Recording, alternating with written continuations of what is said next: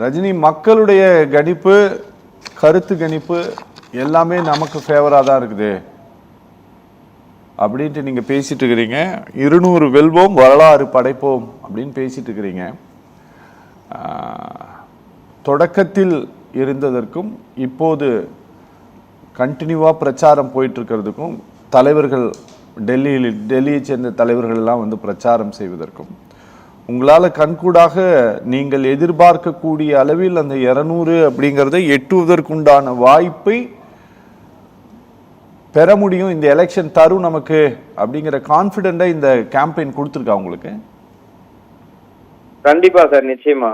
இந்த தேர்தல்ல ஒரு மாற்றத்தை நம்ம பார்க்கலாம். என்ன மாற்றம்னா, இது தமிழ்நாடு வர்சஸ் டெல்லின்னு என்னைக்கு சொன்னமோ, தமிழ்நாடு வர்சஸ் என்டிஏன்னு என்னைக்கு சொன்னமோ, திமுகக்கும் அதிமுகக்கும் போட்டி இல்ல, திமுக வர்சஸ் என்டிஏ தான் என்னைக்கு போட்டின்னு சொன்னமோ, முதல் முறையாக முதல் வெற்றியை டீலிமிட்டேஷனுடைய தோல்வியிலிருந்து, ஒன்றிய பாஜகவினுடைய தோல்வியிலிருந்து திமுக தன்னுடைய வெற்றி கணக்கை தொடங்கி இருக்கிறது. சரி, 2019 தொடர் வெற்றியை அவர் சொன்னாரு அண்ணன் சேலம் மணிகண்ட அண்ணன், அவரு அப்படியே ஸ்வீப் ஆக போகுது சென்னையிலான்னு சொல்லிட்டு. 2019 வெற்றியே காணாத ஒருவர் எடப்பாடி பழனிசாமி.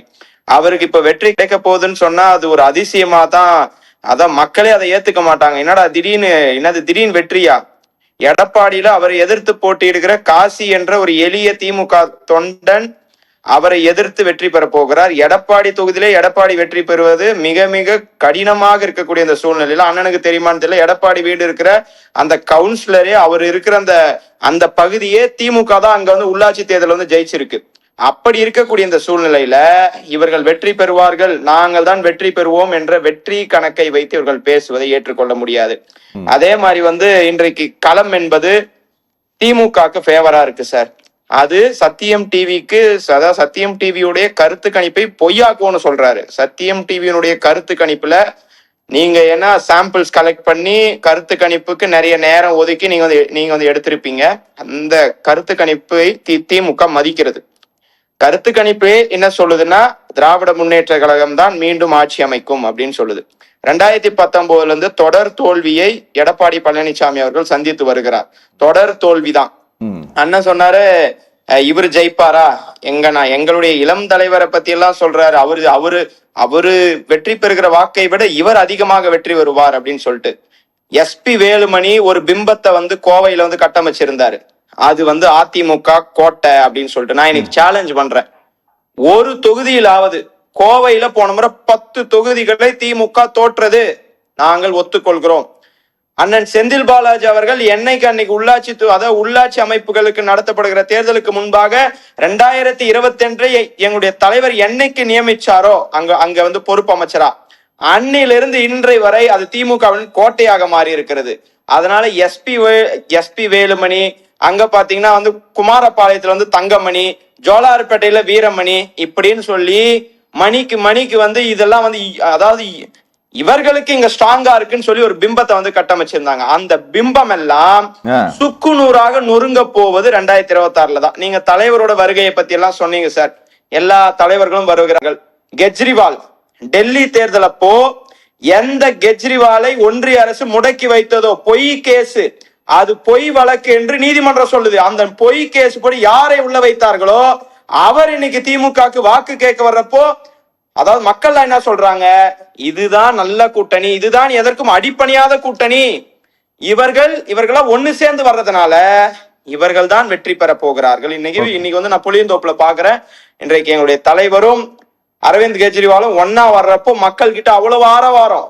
தொடர்ந்து தமிழ்நாட்டில எல்லா பகுதிகளுக்கும் நேற்றைக்கு காங்கிரஸ் தலைவர் வந்தார், மல்லிகார்ஜுன கார்கே வந்தார், ராகுல் காந்தி வந்தார்.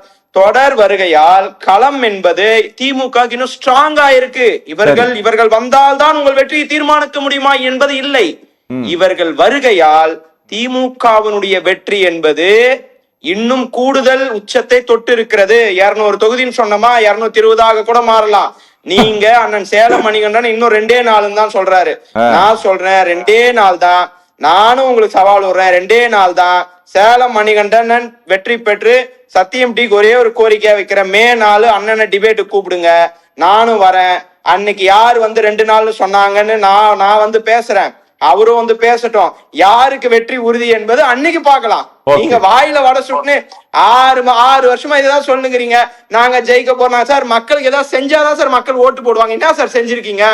அடமான வச்சுட்டு மாநில உரிமைகளை அடமான வைக்கிற ஒரே வேலையை எடப்பாடி பழனிசாமி செய்து வந்தார். இன்றைக்கு நாங்க அப்படி கிடையாது. நாங்க எல்லாத்துக்கும் போராடி கொண்டு இருக்கிறோம். தமிழ்நாடு போராடும், தமிழ்நாடு வெல்லும். இந்த ஒரு வார்த்தையினால டீலிமிட்டேஷன்ல இன்றைக்கு தமிழ்நாடு வென்று இருக்கிற, தமிழ்நாடு மட்டுமல்ல இந்தியாவே வென்று இருக்கிறது. அந்த வெற்றியை பெற்று தந்ததற்கு முக்கிய பங்காற்றியவர் எங்களுடைய முதல்வர். அந்த மாதிரி எடப்பாடி பழனிசாமி இந்த மாதிரி போராடினாங்க. ஏங்க நீட் தேர்வுக்கு அமித்ஷா பக்கத்திலே உட்கார்ந்து இருந்தாரு. கூப்பிட்டு சொன்னாரு, அண்ணா ஜி எங்களுக்கு இந்த நீட் தேர்வுல இருந்து கொஞ்சம் வந்து விலக்கு கொடுங்க ஜி அப்படின்னு சொன்னாரு. அப்படின்னு ஒருவேளை எடப்பாடி சொல்லி இருந்தால் நான் அக்செப்ட் பண்ணிருப்பேன். அவர் சொல்லுவதற்கெல்லாம் ஆமான் சாமி போடுற ஒருத்தருக்கு எதுக்கு சார் மக்கள் ஓட்டு போடணும்னு நினைக்கிறீங்க நீங்க? உங்களுக்கு எதுக்கு ஓட்டு போடணும்? ஏதாவது வேலிட் ரீசன் இருக்கா? திமுக எதுக்கு ஓட்டு போடணும் என்னால பட்டியலிட முடியும். அந்த மாதிரி பட்டியலிட உங்களுக்கு முடியுமா? விடியாச்சு விடியாச்சு இதே எத்தனை நாள் உருட்டு பண்ணி ஒரே பொய்ய விடியாச்சு விடியாச்சு வேற சொல்றதுக்கே இல்லையா? இன்னைக்கு நானு காஞ்சிபுரத்துல இருக்கேன். 10,000 ரூபாய் செக்கு கொடுக்குறாங்க அதிமுக. இந்த தெம்பு இருந்தா திராணி இருந்தா இந்த மாதிரி ஒரு குறுக்கு வழியில ஓட்டு வாங்கதான் ஃபர்ஸ்ட் நிறுத்தணும். இங்க இருக்கக்கூடிய வேட்பாளர் நான் பேர சொல்லி சொன்ன சோமசுந்தரம், அவர் என்ன பண்றாரு? 10,000 செக்கு கொடுக்குறாரு. செக்கு கொடுத்துட்டு இதுதான் கருணை தொகை நாங்க சொன்னது, இதை நாங்க செக்கா கொடுக்குறோம். இந்த மாதிரி பித்தலாட்டம் அதிமுகவுக்கு தேவையா என்பதுதான் என்னோட ஒரே கேள்வியாகுது. நேர் வழியில டெபாசிட் வாங்குங்க, நேர் வழியில டெபாசிட்டை காப்பாத்திக்கோங்க. இந்த மாதிரி குறுக்கு வழிக்கு போகாதீங்க. ஓகே.